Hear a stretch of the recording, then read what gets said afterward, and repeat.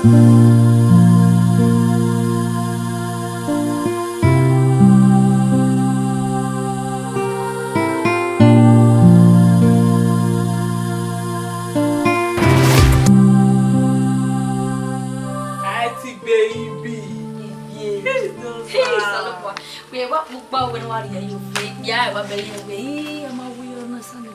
sister, how about also 24/7 we were in the street. Ivie. Ivie. Oh my, say we are by street. We by street. O favor me, o make the street wa favor me. How? Salobwa. Yeah, you go is the church. Now we go money church go to. Yo. O ko church. Gay. Ati. Mami o si marry Eunice. E de ni lele gay ni ari church. Hey! E pastor ke gwa so agbon. O be so women ne. Me dozi ne mu gbera gbiri ne. That is because you are possessed. Possessed. O ma piana. Possessed. Now. Spoke ba no e wa roge baba. E gba so agbe mo lokun ni. Emi sango. Hey, 7 days a me ne gba ra to emi mi. Yire mi mi. E me body ri egbe Salobwa. That was one body in men na. E me body ri try. Ivie. Now what for you? To my see. Hey, Salobwa. Ebebo. Other for where? E na tell you Saturday. Oro wa na. E no saro. Yes, na ro wa. Ni me na wa gun ase no saro wa. La ti e mi. Oni, Gbagbe no adada re. Oni gigba. Oni. Yes, love. No sir, we yes love. Love you want it. Go fi ma. Yi gbabo. Ivie the storyteller. Hey, where you me? Ivie the storyteller. No we was akan. Where mo women? Bukia. Oh, Alpha. I just dey one side, bros. Iwa mo we. Mo men. Kakabo. Ijeme, ba wo mi awo. Ene Facebook ibe wa di say, ya say gba mi o be romantic gwale me mi. No test, no calls. Ivie. Where mo women? Kakabo.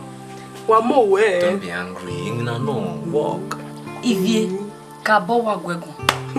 Gbe o January orunda. Even me to be meta my way. Where me make a neck bugwa ma won away. All the time walk. Come here. We trust me. We no mami o wa kin do. I dey beg to have bra.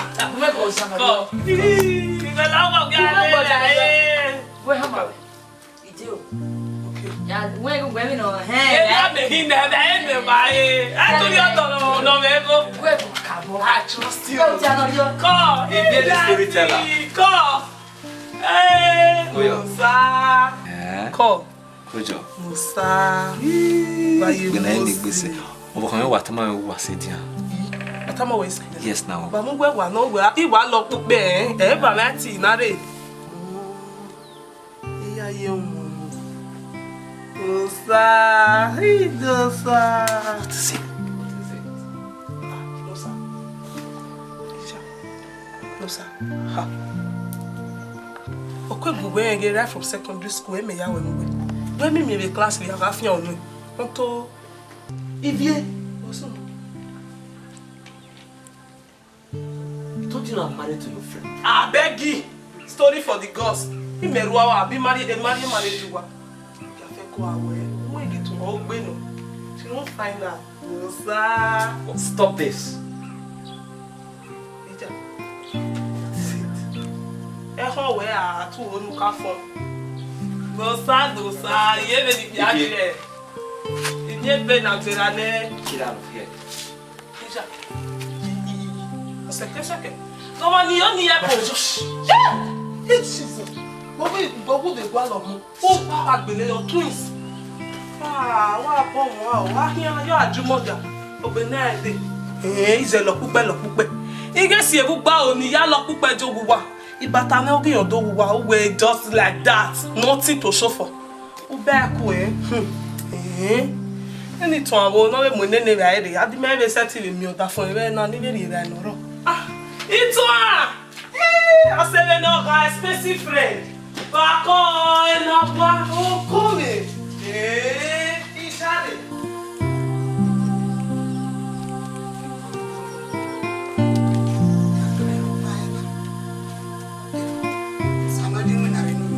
Baby,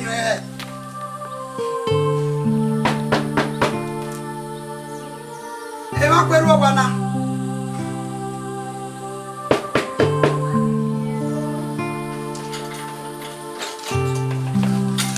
Kọ́yè lábùárí yè kọ́yè ìṣe wọ́n kíkọ́ àti òbí ẹ̀ náà ó yàn yè kọ́yè ọ̀rọ̀ pàmò pọ̀ rẹ̀. Káwọ̀ sí àyè.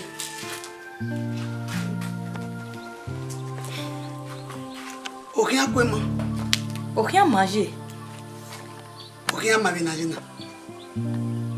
Ìjọ. Ọmọ ẹsẹ̀ nù ya ìwé ládì. Yè arúlẹ̀jọ sálọ́bọ̀ àwọ̀ rẹ̀. Akiri jọ sábọ̀ àwọ̀ rẹ̀. Agbárí pé àti ògbà náà nudu apẹta ọpẹtì ẹ̀ẹ́dẹ́mẹ́ẹ́dẹ́ gbòwé náà. Ugba de peti lao, urieliwe, upifiya yugbe. Ah, come. Hey.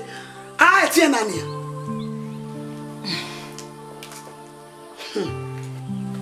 Degbe me wote. Degbe me de wasi o basi osi.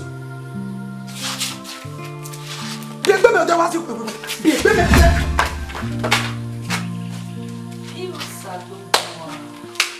Ọmọ mi vena, vena kún ọkọ̀ yìí, vena kún pọ̀pọ̀ yìí. Àwọn ọmọdé lè gbé ọkọ̀ mọ́ nígbà àwọn ọ̀dà fún ẹ jẹ́ má ké gbé ọkọ̀ mẹ́. Dán àwọn òye ẹ̀ ọ́ dédé wọn òye ẹ̀ lórí ọ̀pọ̀ yọ̀mẹ̀kún rẹ̀ mẹ́mẹ́ mẹ́ṣe. Yóò sá ló bu wa. Ẹnu sáà kí n dàdọ́ tó wẹ́mẹ̀ náà kí n ṣe ẹ̀dẹ̀ yé ìṣẹ́dẹ̀ mẹ́tì yẹ ìmẹ́gbẹ́ náà mú yẹ. Sáà lọ́dọ̀ tó yẹ kí n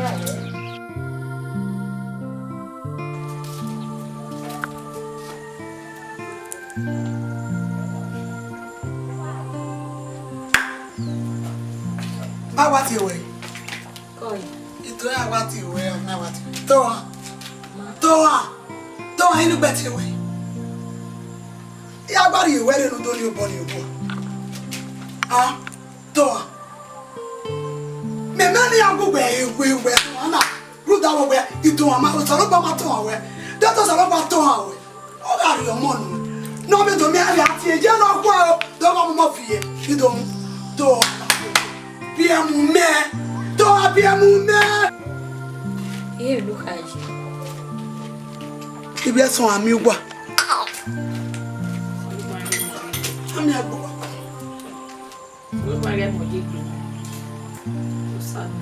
Very soon, all surprise Uwadiae. He's okay. He want to disappoint Uwadiae.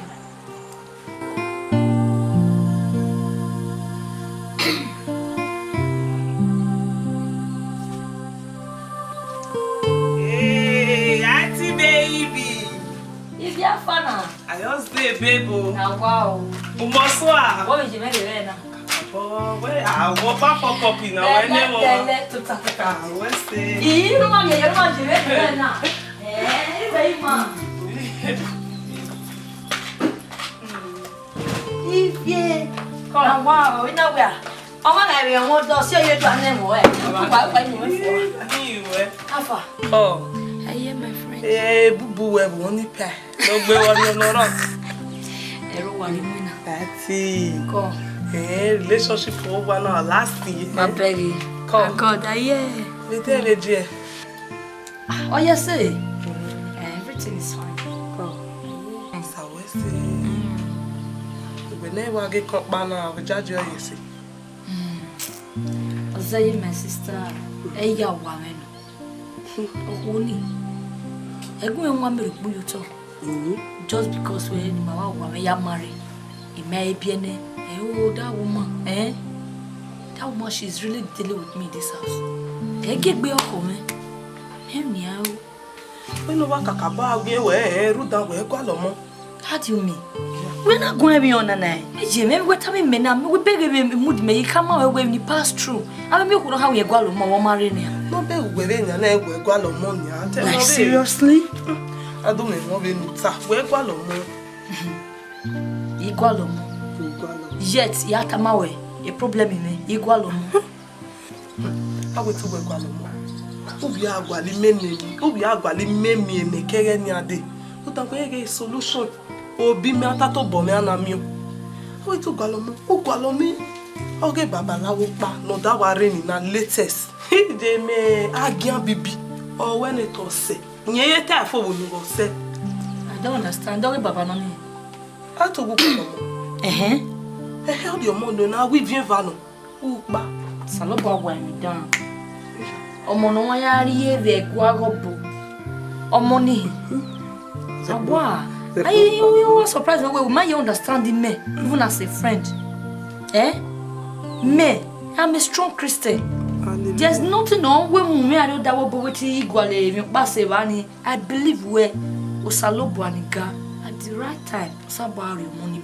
So, you may say, wow, at the right time. Today no say bien, oh ye bien wedding. Oh is it bien we? Oh boni bo ra mi me we gado ahian ege se ne wa iye he.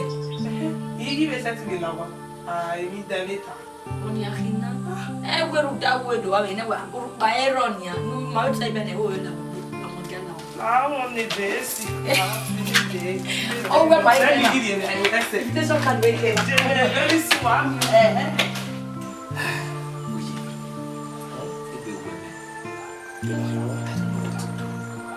I don't understand things. You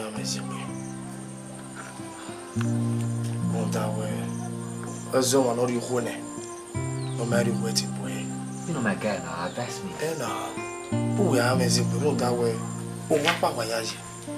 We're here to who you were for now. Oh, we are over. And we don't know who we're you are over. So we are simply. I didn't want to weary, never will be where you. That go because you know. What was it, baby? Is it good? You know, good to be with the past before this house. You better be patient. All the guy needs in there will know how to do that business. Fuck up. Fuck up.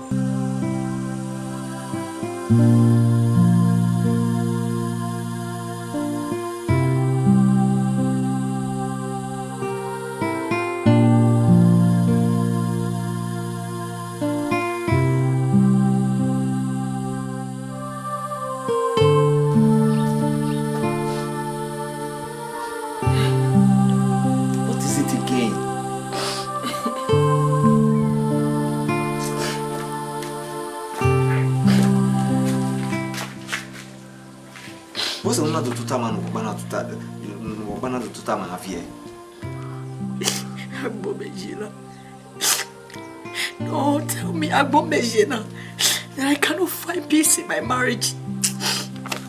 Ever since me when you are with me, is your man get me home.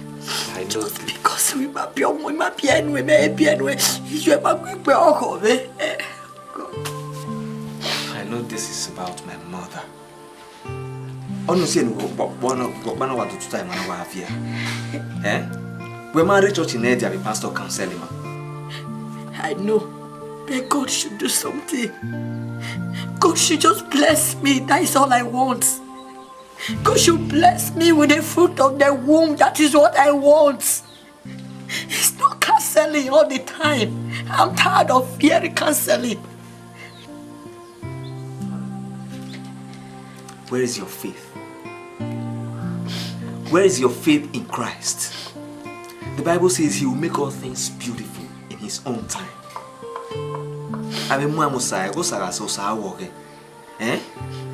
Let's just believe in God on this. That's okay. That's okay. That's okay. That's okay. If you don't do too tired now, you are hurting me with these tears. It's okay. It's okay. Oh God. God bless That's okay, me. sweet. God bless me. See that it's okay. Bless me, God. God bless me. It's okay.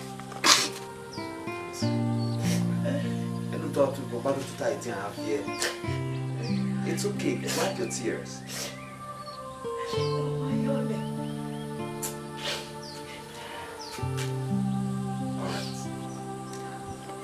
Alright. Yeah, you know I didn't go to work today, so go in there and cook my favorite food. Alright. Okay.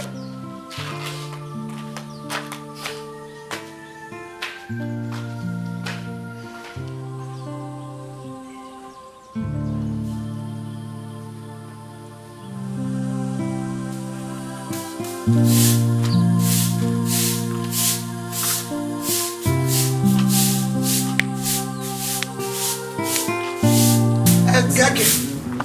You're going to me. You want Call you Labuari. Buhari, you're going again. Oh, no, be robot. Again, I act like me. Not to Apollo. Gilogo. I'll give it to you. Yeah, maybe got your next week, not so now. Who are your net? On that top boy. No, I see you. Then my happy. Who are your net? On that talking about your money. I got your next over. On that top boy. On that. Benin Movie is now. Oh, no, can be happy over the time. Oh, you're happy again. I'll give it to you. You come on net. On that talking about your money. Who must see you when I happy over now? Oh, yeah, how are you doing? Manota. How are you doing? You must not know. Oh, I'm going to go to What is it? What is it? Honey, what is it? Jay, if I come on, we're not better than Nutamena. How do you go to Tiwana? what we On a same lucky way out there. on a was it when no be no mummy. You know, I will do the women, Moses. are you to women? What is all this now? Can I have fix in my house? That is no one. Come on, no piano mummy. Can I not be a woman? What kind of a woman is this? Jay, but I can do now. I don't have what you are doing. Then I'll be a woman who do I have more. Who do I have more? Are you to woman? I'm in your Yes. Jay, to wear bullet. This is what I'm going to woman, I'm Jay, it will look now. I will be trying. I will be trying. I know what I passed before I pay a bright price.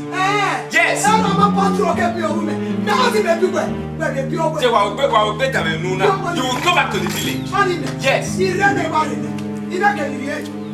Wow, to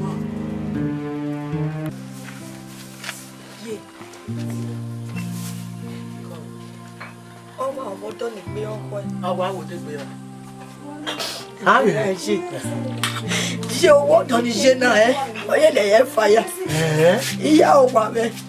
Take me off of it. What will we, eh? Oh, that we may be an obi. Hey, I didn't home. Oh, I do better, no better, I tell you.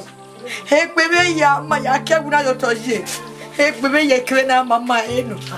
Who women of the Vega? Very now, I love what over the baby and over here. Hey, I live a baby.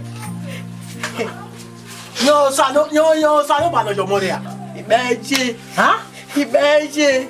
Huh? Oh, what do that my piano here? I want to go now. No, son, about your money. Oh, that's all my Janny. Yeah, even time away in it. Eat boy so what? Nia Kunege. Tip boy so what in there. Go walk by in it. And I don't want to go now. Why is it better? Ye, No, son, about your money. Nia know it. ye. Imagine would be where you were. Where a Christian. A church may have some of my puppy take baby honey. If we are this, I wish you went boom all day. What first me what to do? Oh, and your leg be now. oh, then we're talking about it. Better that way. Even what is a put to one another? In the era, I cannot put why she. Tim around. Nika, never when you're blocking it, and you block over. I like me, Momo. Call you. Go. La Oseneghian Arowa. Ero wa making a zozo well as him. Ton a Uwadiae. Ide. Benin ke gba la we. Jaji ga mi ni. We ni o tini ni yo ni tama we. Wo megun a. E ti ti oni ta o. Papa no ni me ozevulo me ko. Iya gwe me agavulo me ko ari hu yo ezeri hu. Idi e chamado, idi e reflo. Ya se gbe kodun ya we to ni pe kokwa imu e for wie. We don't tama we ze be believer ni me hiru da church wajo. Saloba wa mi dan tate. Yeah. Nene me no give lo we ko gbe na ya ri de labo nana. O ma gige we ita mi mi. Ya tare. Ije itun anogu ero wana. Igba 12 oye wa abortion. Ha? Igba gbe fa. O e mo ko fu. Igwine, iteme na masa, bro. Itame no sa, ikame go kono mu jobana. To ne. Oye ya mwekofo. O ma ro peru gbanu ge ajo wari. O ma ye be fo ye ba. Ohin ya gba be 13 oro. Agi se ba, obi ni to ta yi ba ehenye. Okay. Make ge yan the doctor ladia. The doctor ta me very sorry. Take her very sorry. Ina yiyan. Me ge doctor wa ko mo shift ye, akwa mo giro. Igwine. Oni no gbe ituwa ti bi e ka. O ma ilade. Opia. Obi me gba bujuwa. Opia. Igwine o. La we do ta we. Itami no saga e bua. Itama. Igo kono ogbo bojina. Ono se ya ro we to ta yi ba ni e na mi o ro do e ya mi o data ma o we to ta yi ba Ubi ahe na we ona wa oka. Me ya be gugbe mo wan. Okay. Ito ahia de. E no saro ba. Eru we be no sa. Kaka mo. Eru ogba mi ne. Koi. Oro to eme o. Ko. We be do ati no sa. No sa pe ai to ye bo mu ni ya be. Bo la re yi. E no sa go bi me. Mo bi o. Ya gwagun wa. Oga ko. Mu da be ni gba ko gbe na. Omo. O wa fo we pe. Ebi agbo ya wa tari asolo. Ko yi Fi mi ne ni pa. o to no sa me o. E mi amia o. Ida ko ti ti ama ko e. Ya kama. Ko no sa o. No sa no ro. Come me. Go. We ma wedo. Hey, Mama, are you mother? No, nyadi. E mo na do ba. Ite biri we. I make it up paniri. No sa. Obo bi na reba. E na bu ni ado ite were. Okay. How are you? I'm fine. Nene. Em ni wa mo we ba. Obo ku bi na. Mabe nu wa bege na. Omo. Ogwaro ibi. Iyo nuriye. Omo no ro ekuna. Modo bi ya mi ni ga mu.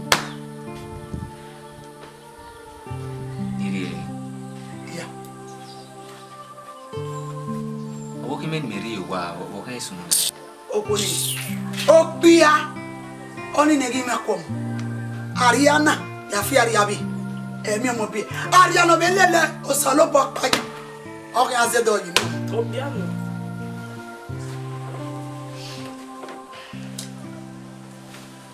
Sa, e ma ta gbeta omo wa so lori le. Shut up. Yeah, wala ko no be kunu we na. Ma ko ta ma we na. Oti e ba ya. Ade go bi ro ma. Wa gba fo no de bi moto le. Oh, la re. Lori gi moto me. Get out. No sir. Omi me. Geze yo yi. Awa ko. O ya me mato ori de. E be me na bara na. Bi me se ke yo. Mo lo sa ka bi be ko me na. Eni ni tam ha. De gbegun mi.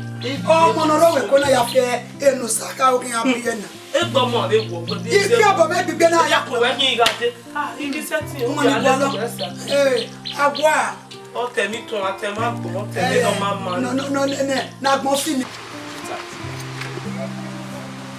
Believe are you wala.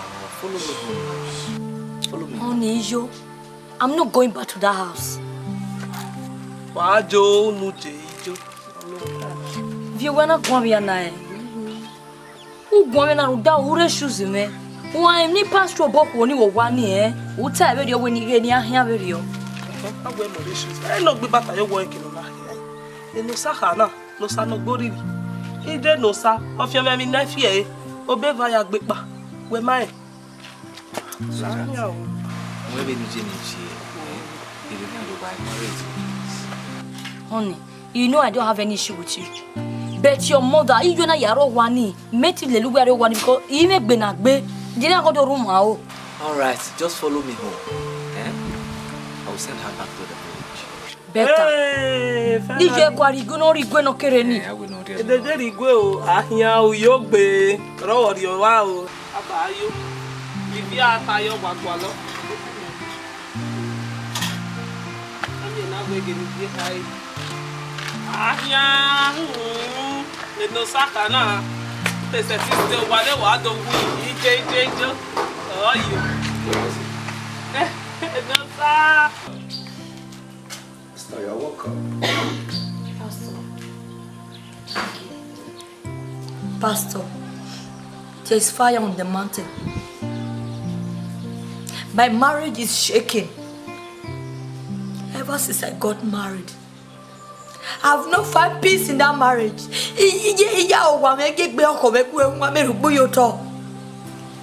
Just because we're maybe now woman. As if we must have a logic baby. Pastor, I don't know what to do anymore. I have prayed. I have fasted. Imagine hearing you. I just want God to remember me. And all the time. He may be the time, maybe away because I'm a Christian. I don't want to offend God. Pastor, please. Me to tell God to help me. I need urgent answer. Please, Pastor. Please, I'm tired. Sister, there is nothing that God cannot do. I know. When God turns your captivity into celebration, your mouth will be filled with laughter. God will meet your need at your point of desire. He is a player of all needs. When you need God most in your life, He show up. I promise you today, the predicament you are passing through today, God will turn it to joy. Sister, next week Friday, there's a deliverance service prepared for you people. That service is a service of turnaround. The service, God will visit your case. Amen. Whatever thing you are believing God for in that service, God will give it to you. Amen. And don't forget to come with your husband. Okay. Because God is going to do something great in the life of your husband. Amen. And in your life. Amen. Do you hear me? Don't forget. Because God will answer your prayer that day. Amen. Please bring your hand. Let's pray together. Let's pray. In Jesus' name. But I will thank you for a day like this, oh Lord. For that whatever thing is a heart desire, oh Lord.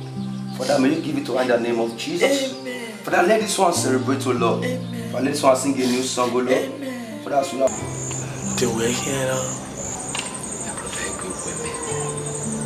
I'm just tired. What do you know? You go when I walk away.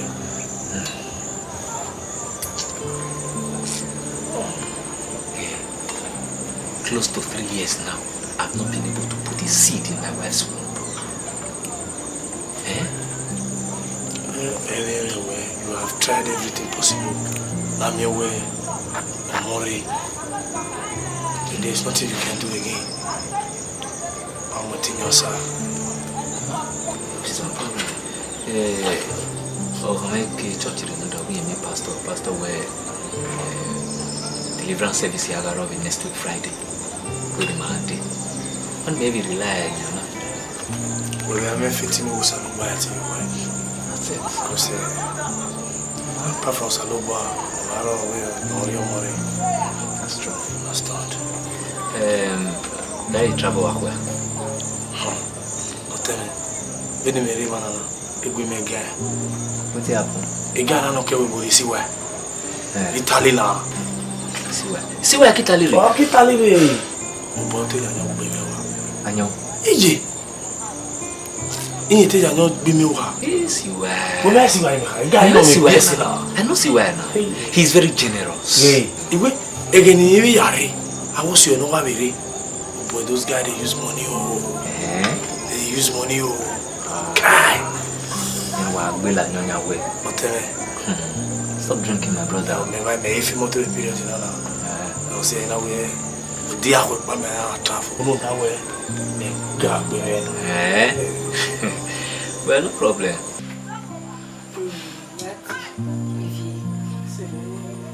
Ivy, after you explain my pastor name, you pastor obey mother love. Pastor not pray me. When I come away counseling, away deliverance program next week Friday. When you are day, away to celebrate how we know the situation we are. Hey, no, when you met a mouse, no, let me hear. Nimelelwe. Hey, na. What about that from work by the fruit of the womb? Why here? Yeah, we have my. We saw a banana. Oh, Sabamar, oh, my hero, him. Oh, be home where you are blessing me. Why you was never? She did to Usie Metangue. Make any na leru. Then the blessing of your day, they can another eye. Walk by here, one day. Evie, they won't say my hey. Oh, my so do mean a banana with a program on Tana. Every old may be redeemed. In fact, all have boya no. Most of the program of banana part of a gilly pray no way for no do me way. I mean, when I do a key one that I lay a henna. Oh, do deco beer. Oh, you do. No work our web home and ne. Oh, we are one more nugly agree we are marrying. Ye do all the motor no. Oh, my 1 year. What how even before marriage, you can't say events at your book. Ve, a going on a little my way. Ah, we are not about their casket. What the Vezame? Here the Shashua. There's nothing God cannot do. What's her name? So just go there. And you know the progress is not for one person. Okay, boyano. But someone will do when I know. Somebody when you see your life will just turn around.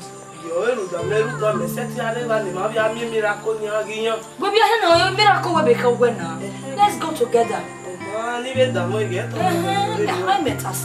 Let's go. Yes, now. You are welcome. Well done, Pastor. My wife told me about the deliverance service. That's the reason why we're here. Who is baby beside you? Pastor, she's my friend. Friend? Childhood friend, they want. Yeah, they grew up together. Stand up.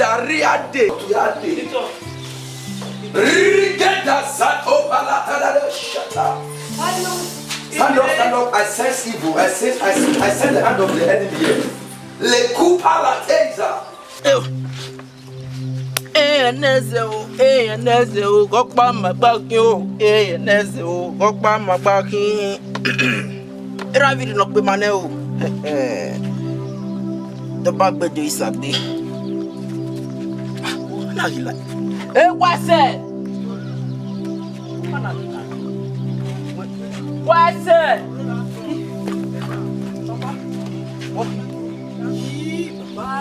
It's a day. Ma wade chercher pasteur qui sont deliver yan no me na me ade to avi no ade to aoyo mo pe ke no didi ko we vi neji la wo ege sunu oyi me Ikata ma ina we boni ya unwe na we tu ki aye dagbon we ya fi wan ni dagbon kan ya ki o e dagbon me mi ne here on say na wo be vi o me na ni ga vi o yan yan bo ki je na wo me Evo rilare ugi muhwe dai ime bi ase ti unwe la pa me gba mere uwe ka je o ya asi me gba me ikata ma na we ebonu ori na iga we enu esi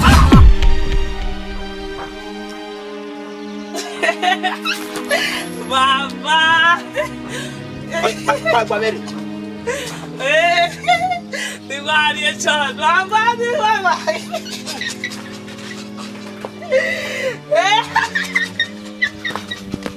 Usu doe. Mawe. Igwe mawe. Uwas, dabadi. Na we dey run am. Baba di baba.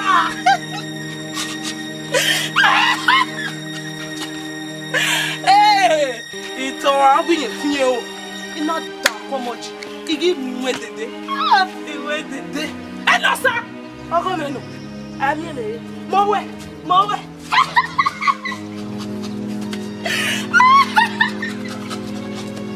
Hey! Ito! Hey! Nenoga! Like Baba gbe. Baba when they run things, especially daddy.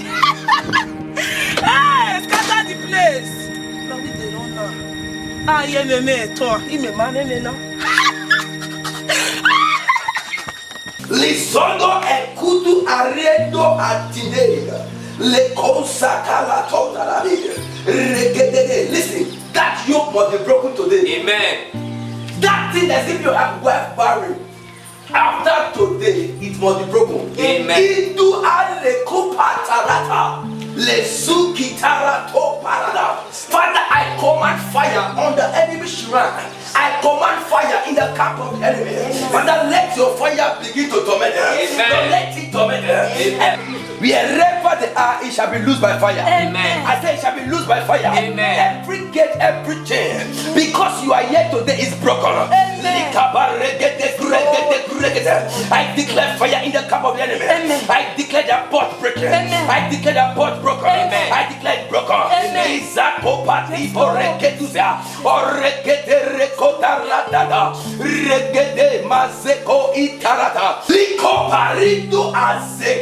Every shrine, every altar that the enemy have used to chain you down, that they have used to prison you down, I pray now, I declare fire upon them now. I declare fire. I declare fire by fire now.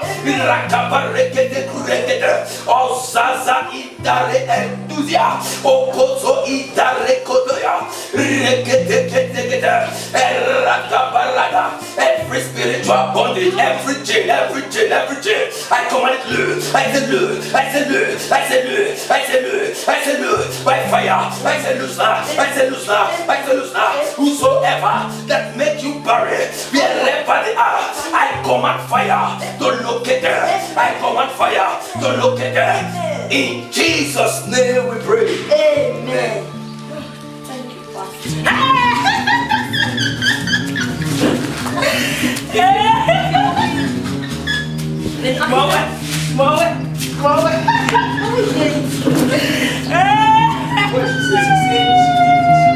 you, I did it.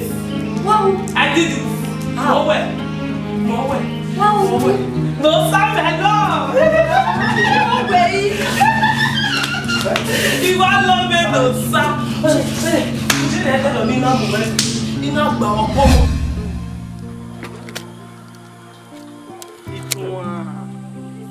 Ubiola don't go fun. Ifie. I'm your filter wa fun bo sun na. Okay, no, what's the more? I'm message. Ifie, oh yes, second year, I'm your seven. When I get me when I'm your movie.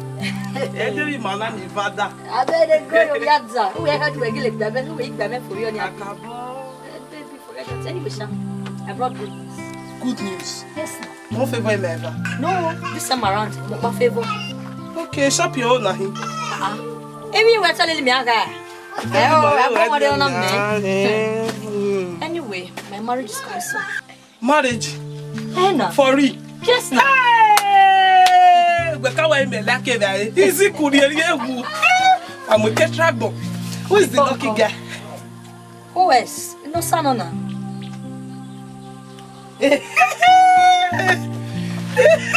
No, sir. Yes,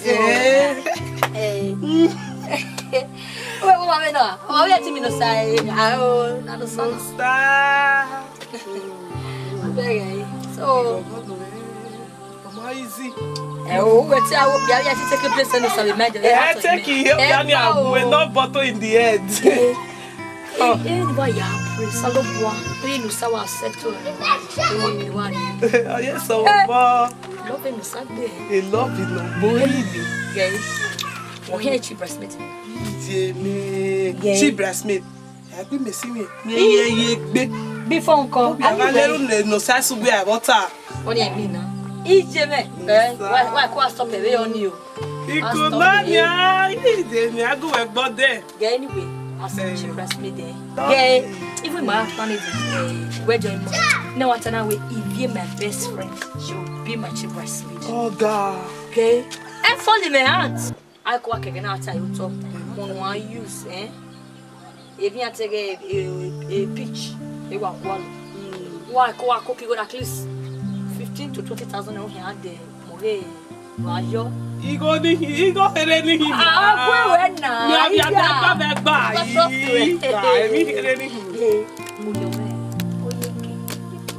Everyone else alone work again at the summer and the way I will be an We no Sunday. Yeah. Someone want you to run out of the clip. I love you. Oh, we over 7 no side. They do go spot. Yeah, if we are moving. I love you, no body. My express.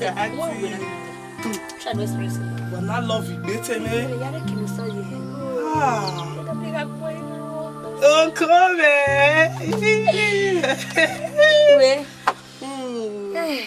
Also, look why a marriage in a man where we vet was so Kakabari top man. We have what is one year. I'll give more value than any cake. If you no puyazo. If you no puyazo. Anikaro.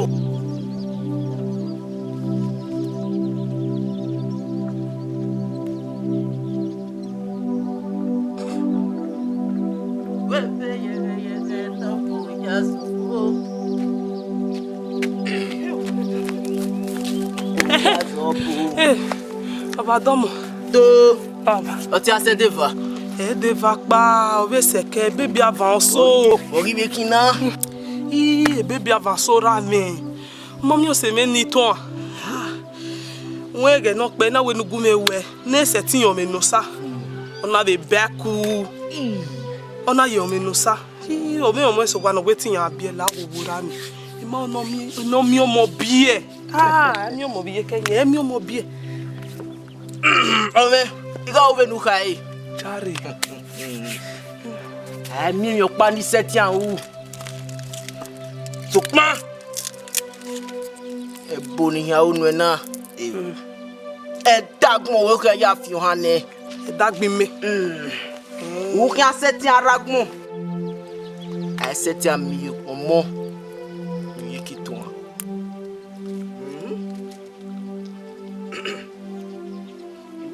Eko ga buku no sabe wu ha we ya. Wa ja ka ge to we no sa o. O mi o si barame. Omo we. Iye wa se ti we ni kere ni hin. O bi abi. O fi apẹpẹpẹ. O mi no gi je na o me. Yeah, he drive the expensive daddy. On ye ran no ha. Gi la re ni a.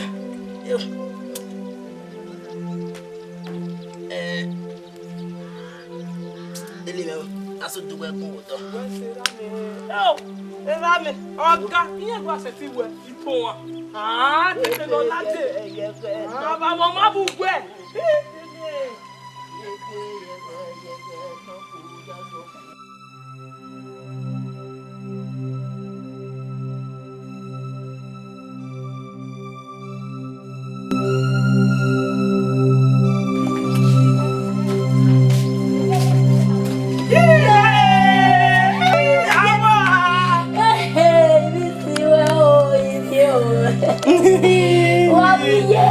Yo, missy wene.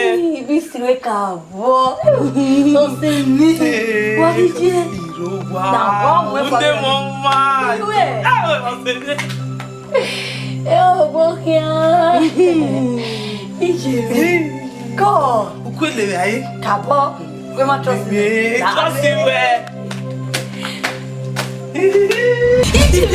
Não, você é tibia. E vem bruta. Amado vai no sa. Moé.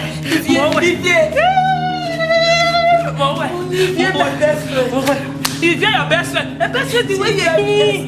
Best friend de way here. Moé. Isso. E não me mal, né? O meu mobile. Bruta. E love no sa. No sa. My love. No sa.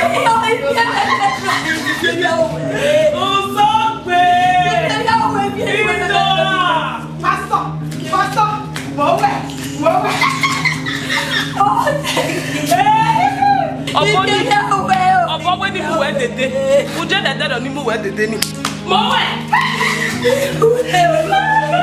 Lọ sá àwẹ̀ manage o. Àwẹ̀ manage. Mo wẹ̀.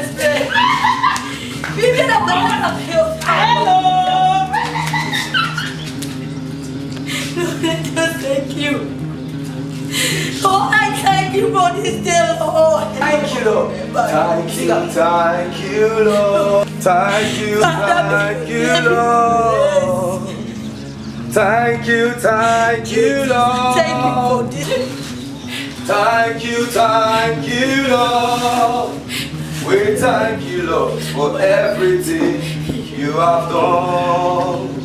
We thank you, Lord, for everything you have done. Thank you, Lord. Thank you, Jesus. Thank you, Thank you.